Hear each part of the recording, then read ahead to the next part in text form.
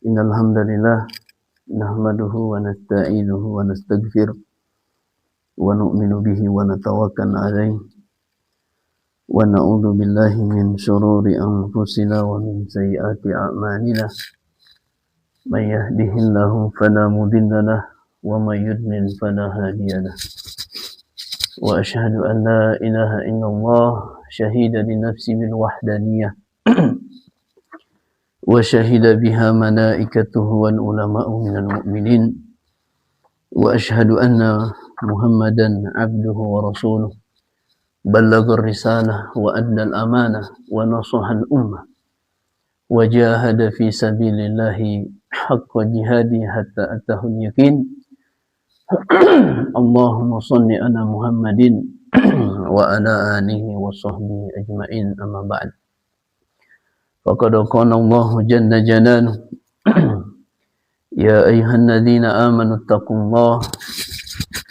الله حق تقاته ولا تموتن إلا وأنتم مسلمون وقال جل جلاله يا أيها الناس اتقوا ربكم الذي خلقكم من نفس واحدة وخلق منها زوجها وبث منهما رجالا كثيرا ونساء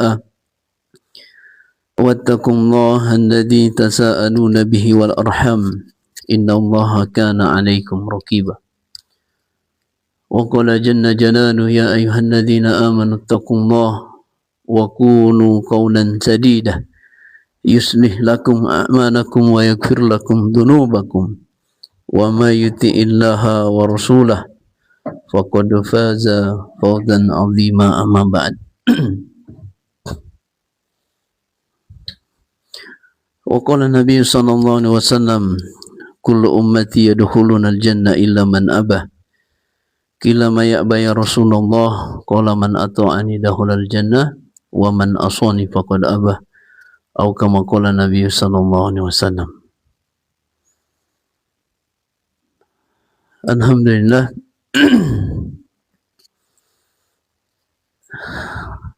Teman-teman yang dimuliakan Allah Subhanahu wa taala,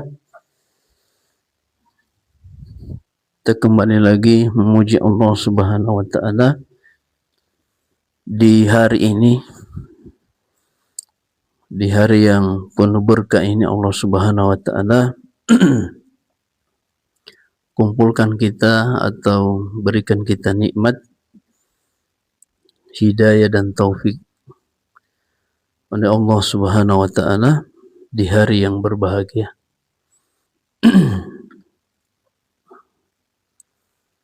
Dan insyaallah di kesempatan kali ini kita akan mencoba untuk kemudian menceritakan atau mengkaji sirah para sahabat atau sirah yang ada dalam hadis-hadis Nabi SAW, terutama sahabat yang sudah dijanjikan oleh Allah dan Rasulnya jaminan surga. Dan itu yang perlu kita sama-sama pahami, karena ada orang-orang yang kemudian membicarakan tentang para sahabat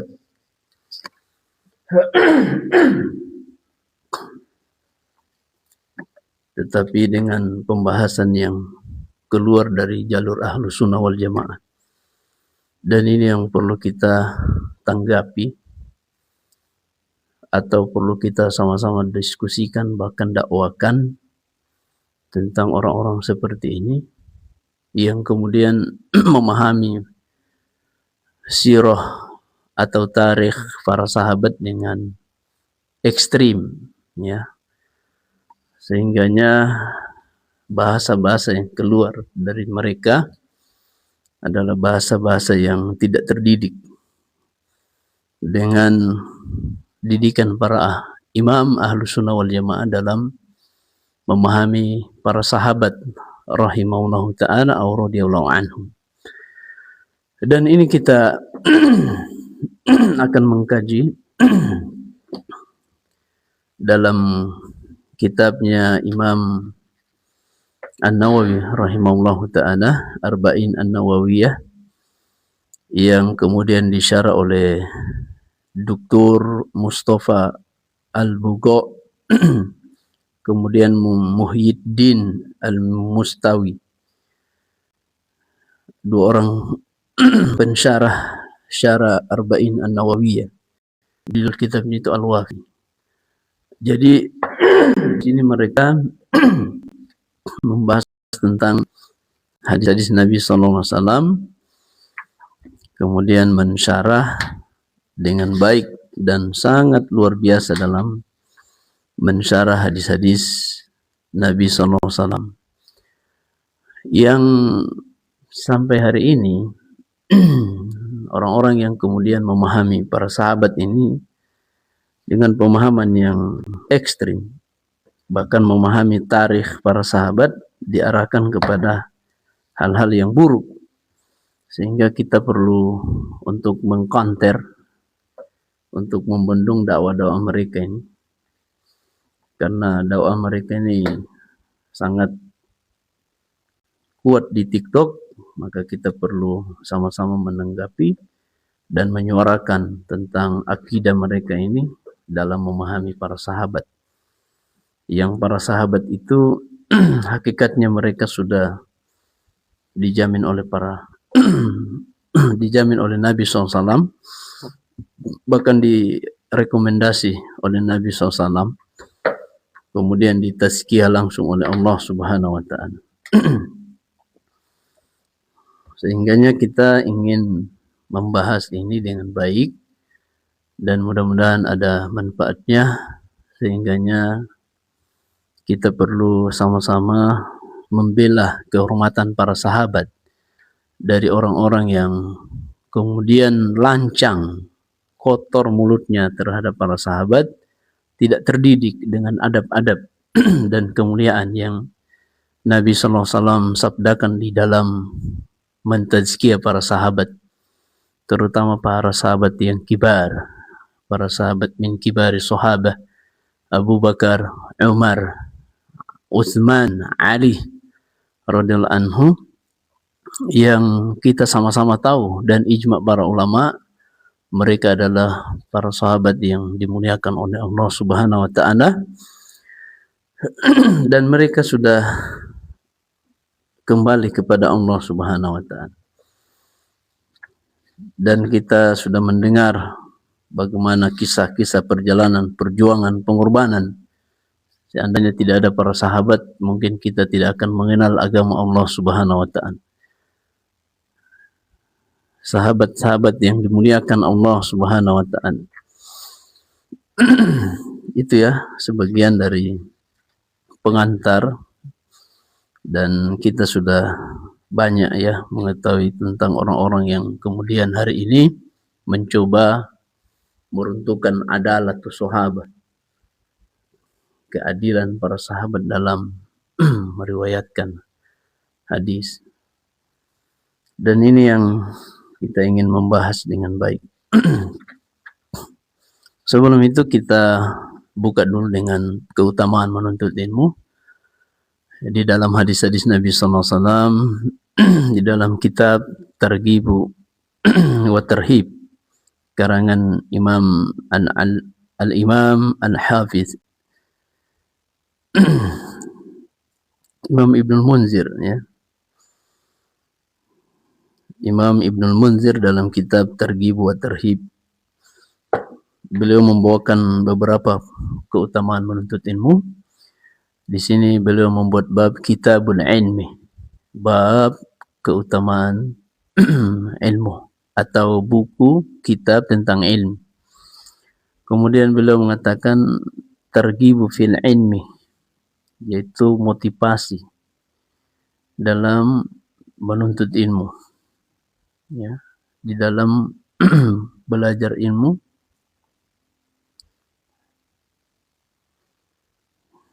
Jadi motivasi di dalam menuntut ilmu. Kemudian wa ma jaa fi fadlil ulama'i wal muta'allimin. Dan beliau membawakan riwayat dari Muawiyah, dan ini yang dituduh oleh beliau. Muawiyah ini orang yang banyak catatnya dalam sirah. Bayangkan Nabi SAW, kalau kita melihat riwayat ini, dia meriwayatkan dari Muawiyah radhiyallahu anhu qala, Nabi SAW menyampaikan hadis, dan hadis ini diriwayatkan oleh Muawiyah. Muawiyah yang kemudian dituduh oleh sebagian orang banyak tuduhan-tuduhan miring kepada beliau. Dan beliau meriwayatkan hadis ini. Hadisnya sahih dalam Sahih Al-Bukhari. Seandainya ini Muawiyah tertuduh sebagai orang yang tidak mungkin Imam Bukhari mengambil riwayat ini. Dan ini kegagalan berpikir orang-orang yang kemudian mengatakan mereka ahlul hadis, peneliti hadis, condong kepada hadis, tapi tidak paham bagaimana manhaj Imam Al-Bukhari dalam meriwayat. Seandainya ini Muawiyah tidak siqah atau banyak catatnya atau ada jarh wa ta'dil, maka Imam Bukhari tidak mungkin meriwayatkan dari seorang sahabat Muawiyah radhiyallahu anhu. Qala Rasulullah sallallahu alaihi wasallam, dan ini hadis masyhur jiddan, ya. Ini sangat terkenal di kalangan para ulama, para orang awam maupun orang yang belajar. Nabi SAW mengatakan, man yuridillahu bihi khairan yufaqihu fid din. Barang siapa yang dikehendaki oleh Allah, ini man, ya. Man ini ya dulu ala amiyah atau alal umum, menjazamkan dua fiil. Man yuridi, jadi yang pertama yuridi, kemudian yufaqih, jadi jazamkan dua fiil. Maka di sini bersifat umum, siapa saja laki-laki wanita yang belajar agama, maka Allah akan berikan dia. Yuridillahu bihi khairan, siapa saja kata Allah Subhanahu wa taala yang Allah kehendaki kebaikan, khairan, ya, yufaqihu fid din, maka pasti dan pasti Allah akan berikan dia kefahaman di dalam agama. Jadi jika Allah berkehendak memberikan kebaikan kepada seorang hamba, maka Allah akan berikan dia kefahaman dalam agama. Hadis ini diriwayatkan oleh Imam Al-Bukhari. Rawahul Bukhari wa Muslim. Imam Muslim juga meriwayatkan. Jadi kalau sahabat Muawiyah ini yang kemudian meriwayatkan dari Nabi, kemudian dituduh sebagai orang yang tidak siqah, kemudian dijarh wa ta'dilnya ini tidak beres, pasti Imam Bukhari tidak mungkin mengambil riwayat dari seorang Muawiyah atau Imam Muslim. Tidak mungkin mereka mengambil hadis-hadis dari Muawiyah. Jadi ini manhajnya Imam Al-Bukhari. Artinya Imam Al-Bukhari memandang Muawiyah itu siqah, dipercaya, ada udul, ya.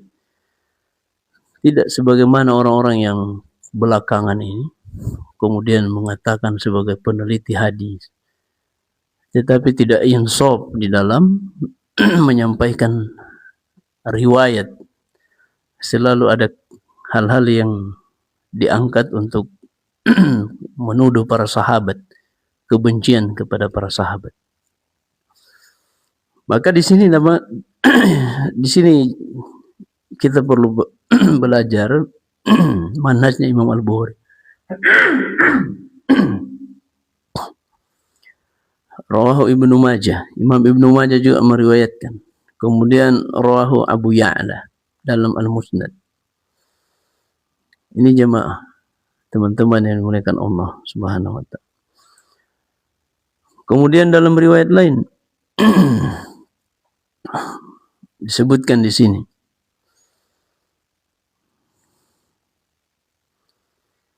tentang keutamaan belajar agama.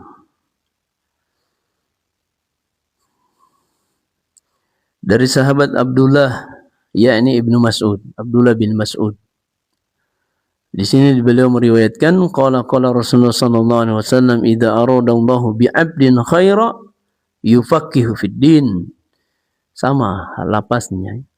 Jadi sama dengan Muawiyah meriwayatkan dari Nabi sallallahu alaihi wasallam bahwasanya Nabi bersabda, "Idza aradallahu bihi khairan, idza aradallahu bi'abdin khaira, yufaqihu fid din."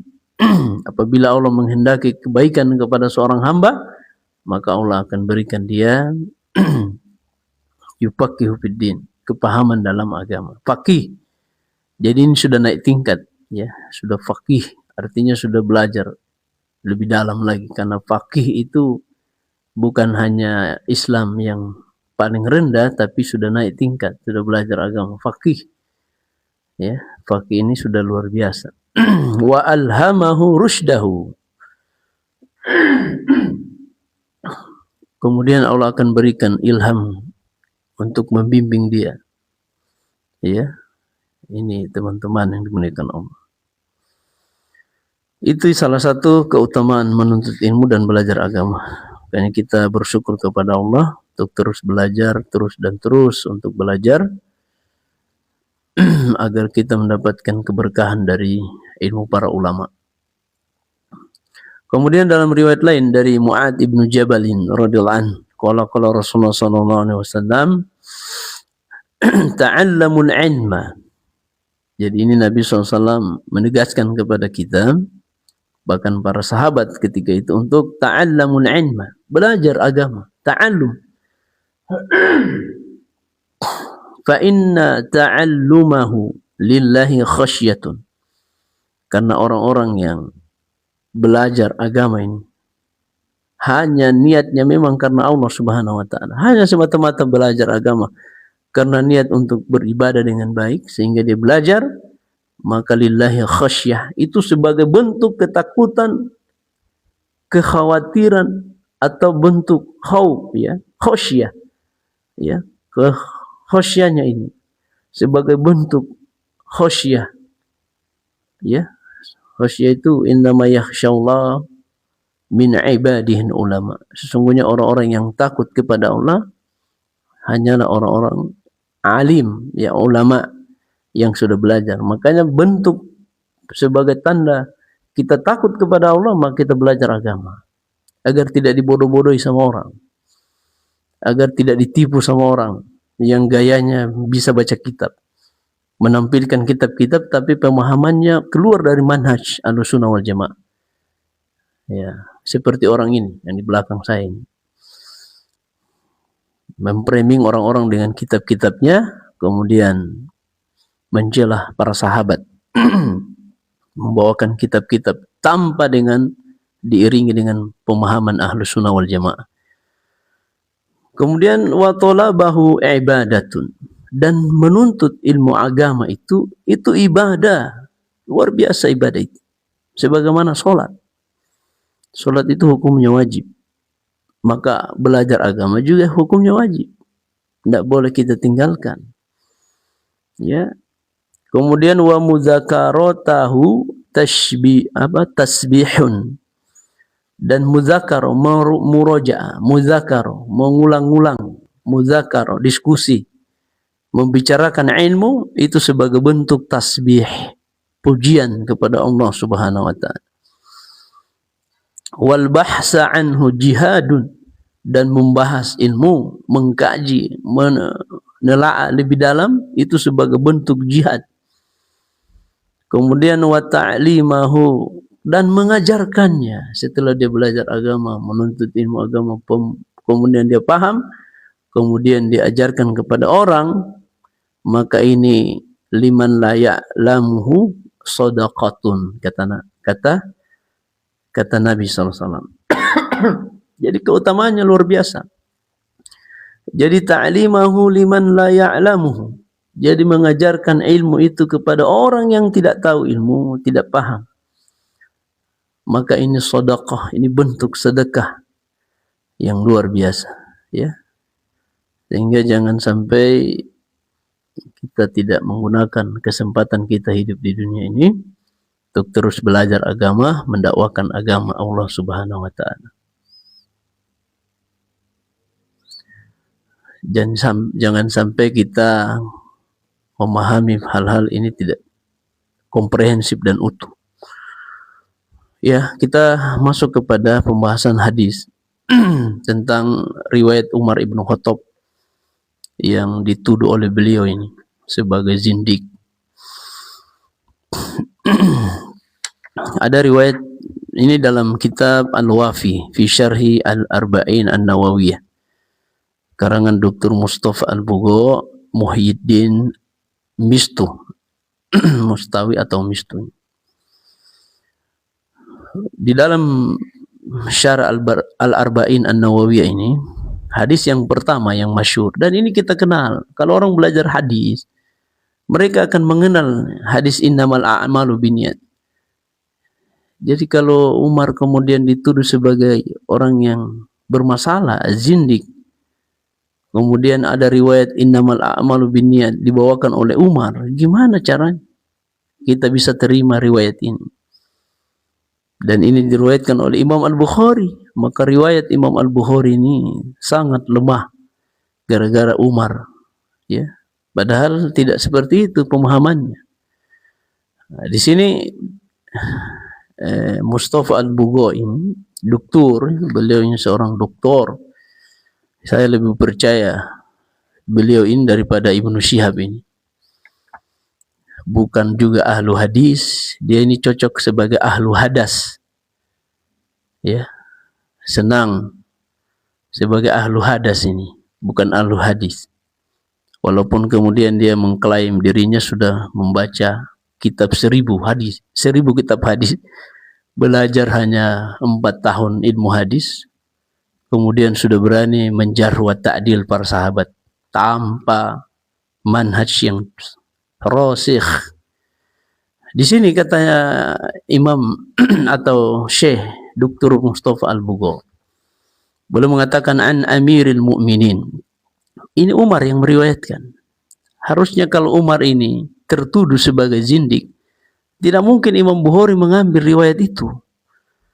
Dan ini kecatatan dalam beristinbat ahkam, tidak paham hadis, tidak paham syarah, ya, membawa syarah dengan tarikh, tidak mungkin. Dan itu bukan manhaj para ulama. Sini Amiril Mukminin Abi Hafsin Umar ibn Khattab radhiyallahu anhu qala, bahwasanya di riwayatkan dari seorang Amiril Mukminin. Ini gelar beliau sebagai Amirul Mukminin, gelar, ya, yang diberikan oleh orang-orang di zaman beliau sebagai Amirul Mukminin, khalifah yang kedua setelah Abu Bakar. Dan itu ijma para sahabat bahwa mereka itu khalifah yang rasyid. Dan Nabi sudah menyampaikan dari sahabat yang mulia Irbad ibn Sariyah, alaikum bisunnati wa sunnati khulafa'ir rasyidin al-mahdiyyin min ba'di. Hendaklah kalian mengikuti sunnahku dan sunnahnya para sahabat, yaitu sahabat yang 4 ini, khulafa'ur rasyidin. Seandainya Umar ini masuk dalam tuduhan beliau ini, maka ini dia tidak membaca secara komprehensif dan utuh, dan tidak memahami tarikh dengan pemahaman para ulama yang mu'tabar di dalam memahami hadis atau riwayat-riwayat para sahabat. Di sini katakan an Amiril Mukminin Abi Hafsin Umar ibn Khattab radhiyallahu anhu qala sami'tu Rasulullah sallallahu alaihi wasallam yaqul. Umar langsung mendengarkan dari Nabi SAW. Dan ini periwayatan yang sangat kuat. Ya, sami'tu. Seandainya Umar kita tuduh sebagai zindik, maka tidak mungkin kita akan terima riwayat ini. Dan kita tidak akan tahu bagaimana niat dalam beribadah. Ya, karena hadis ini harus ditolak. Karena menuduh para sahabat, terutama Umar ini, seorang yang bermasalah. Dan ini tuduhan yang sangat keji. Makanya kita perlu membela kehormatan para sahabat. Dan kita dakwakan bahwa orang ini tertuduh sebagai Syi'i Al-Kadzab.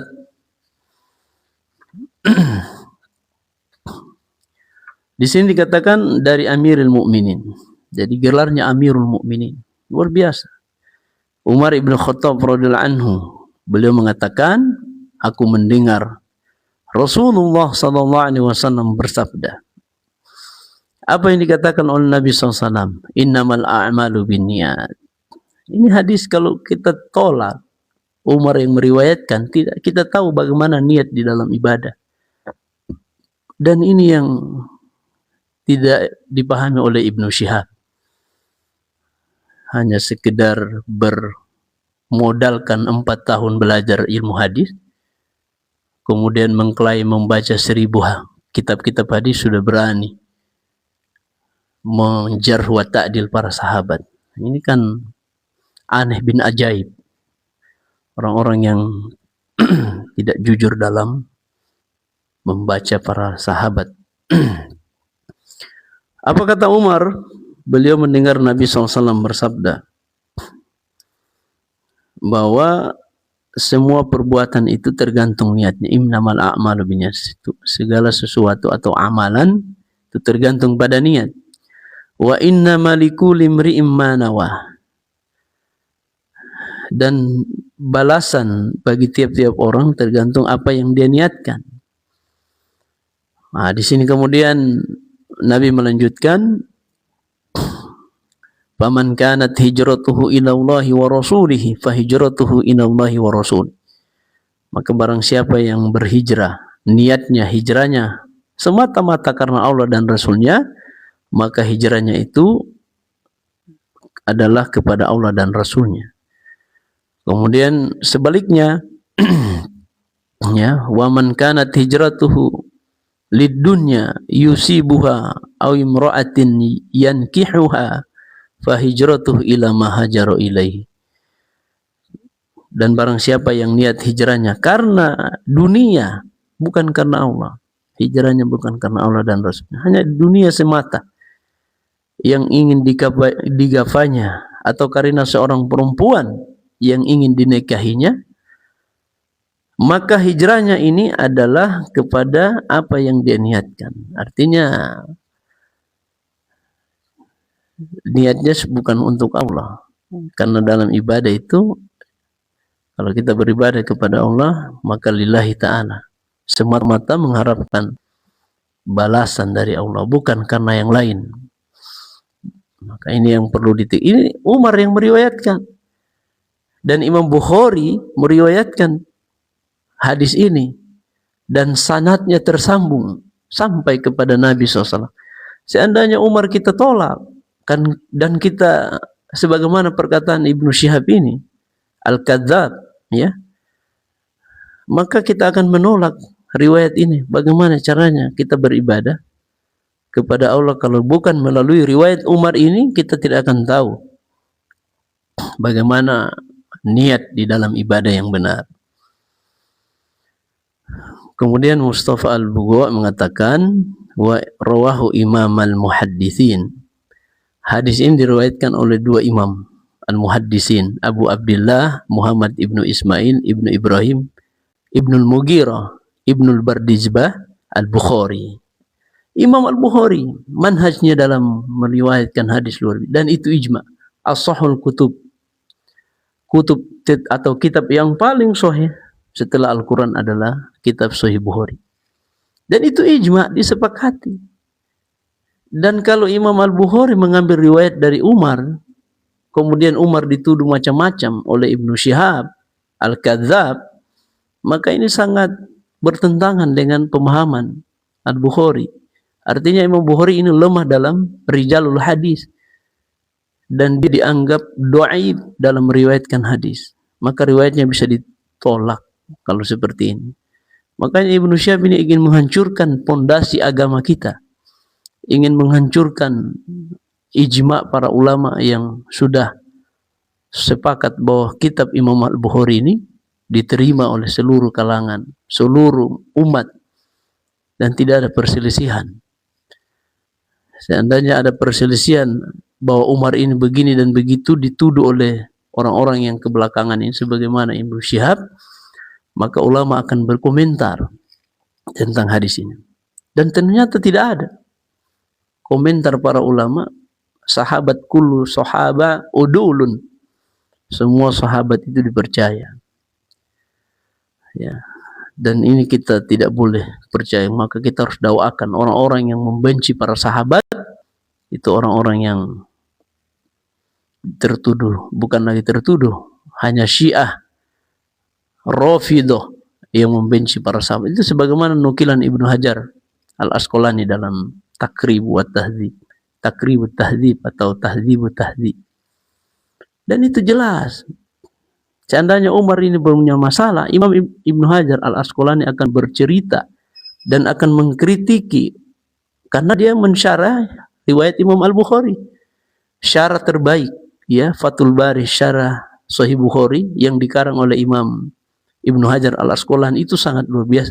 Dan dalam kitab Hadyu Sari, ya, atau Hudasari, penjelasan tentang roy